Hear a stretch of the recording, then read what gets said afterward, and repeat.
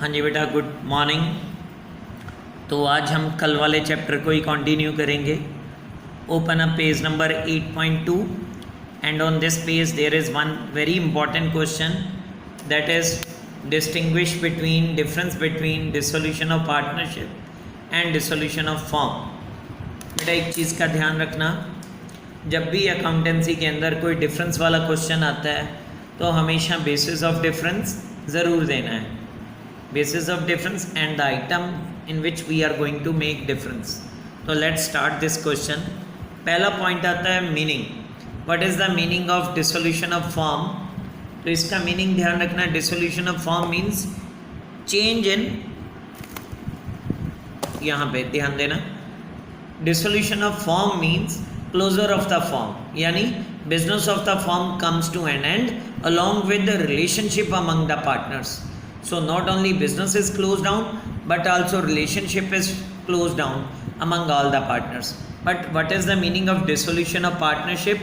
It means change in economic relation among the partners. But business of the firm, it continuously proceeds. Second one, court's intervention. Firm can be dissolved voluntarily, willingly, or by the interference of the court, or clear. But dissolution of partnership, it is always voluntary. Whenever any new partner is to be admitted, whenever partner mutually decide to change their profit sharing ratio, so there is no need of intervention of court. Third one is business continuation. In case of dissolution of a firm, business of the firm comes to an end.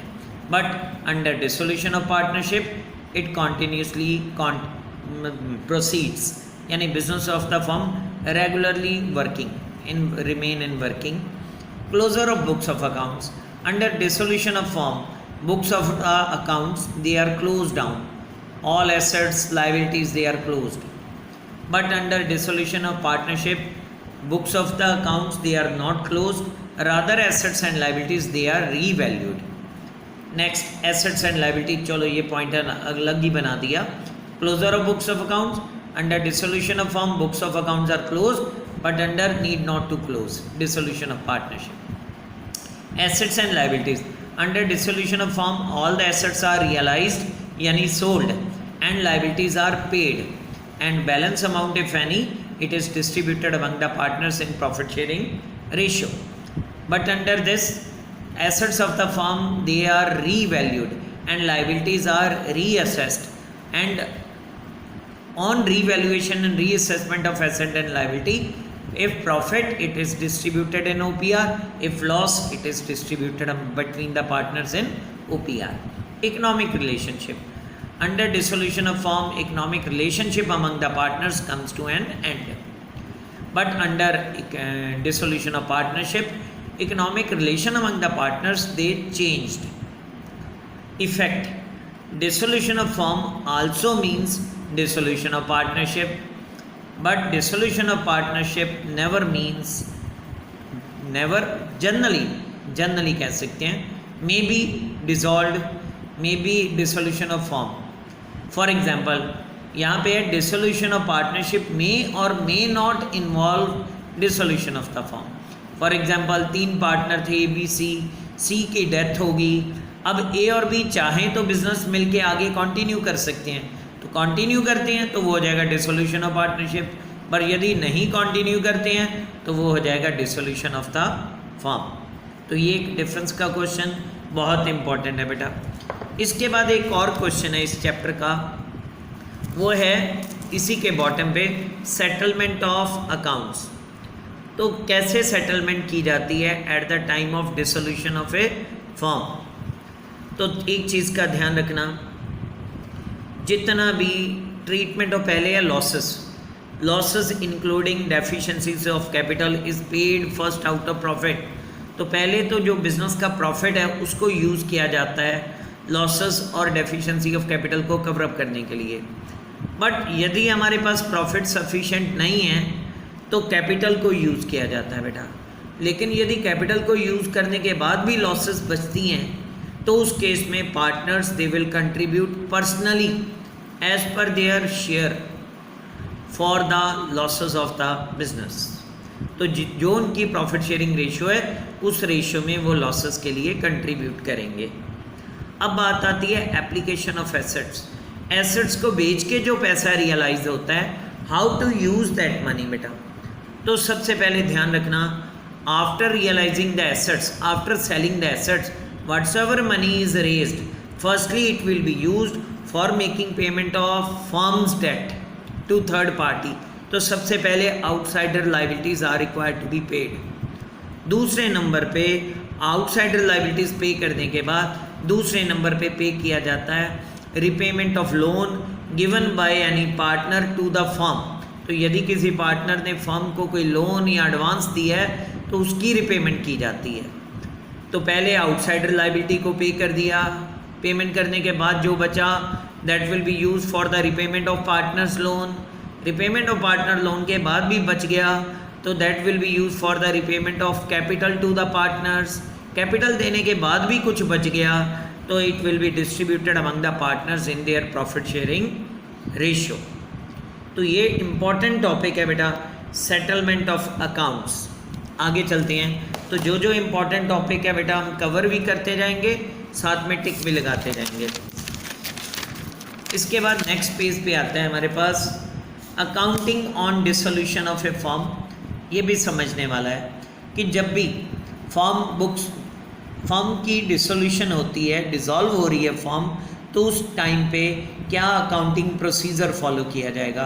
No doubt we know all assets of the firm are required to be sold and liabilities are required to be paid. तो assets की sale और liabilities की payment के लिए एक separate account खोला जाता है बेटा, and that account is called what, realisation account.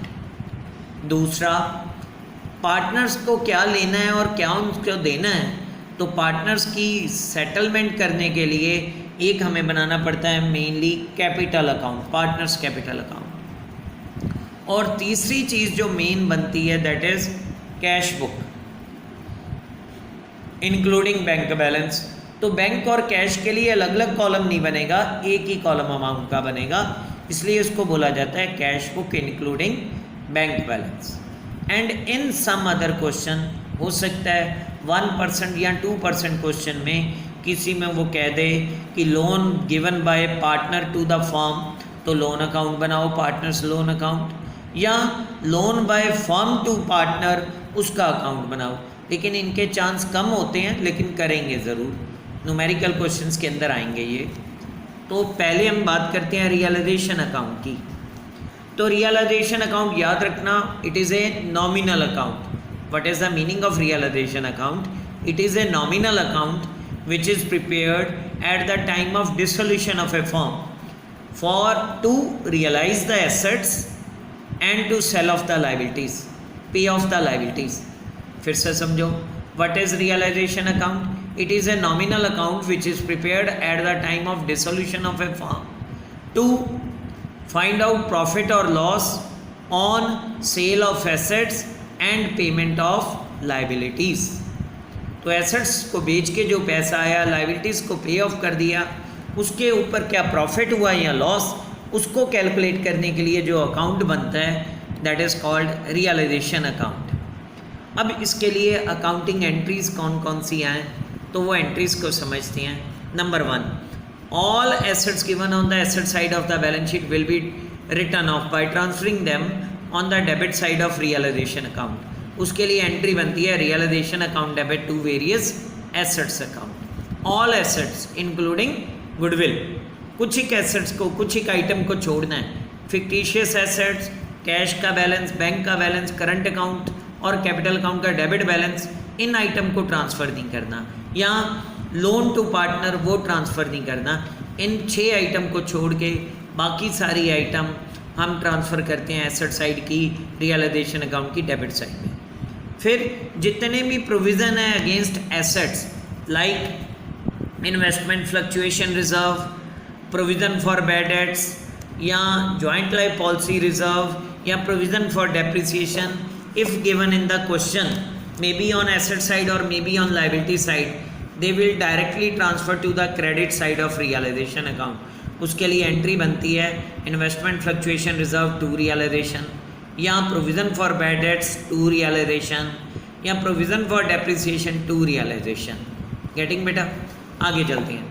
जितनी भी फिक्टिशियस एसेट यदि एसेट साइड पे दी हैं तो ये अनडिस्ट्रीब्यूटेड लॉस है बेटा, तो पार्टनर में बांटना है। एंट्री बनेगी partners capital account debit to undistributed losses account, OPR में बांट देना है और कैपिटल अकाउंट की डेबिट साइड में आ जाएगा। इसके बाद जितने भी बिजनेस के करंट एसेट्स हैं, करंट अकाउंट के बैलेंस हैं, उनको भी ट्रांसफ़र करना है।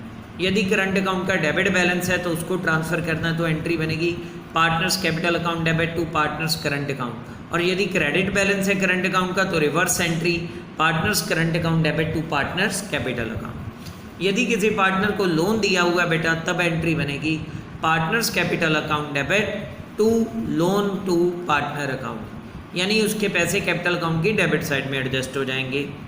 जितनी आउटसाइडर्स लाइबिलिटीज़ हैं they are required to be write off by transferring them on the credit side of realisation account. उसके लिए एंट्री बनती है outsiders liabilities account debit to realisation account. आगे चले। इसके अलावा फिर हमारे पास आता है फर्म की, क्योंकि फर्म डिसॉल्व हो रही है तो एसेट्स को बेचना पड़ेगा, लाइबिलिटीज़ को पे ऑफ करना पड़ेगा। एसेट्स को बेचना है तो एंट्री क्या पास करनी है? When assets are sold for cash तो एंट्री कैश और bank account debit to realisation.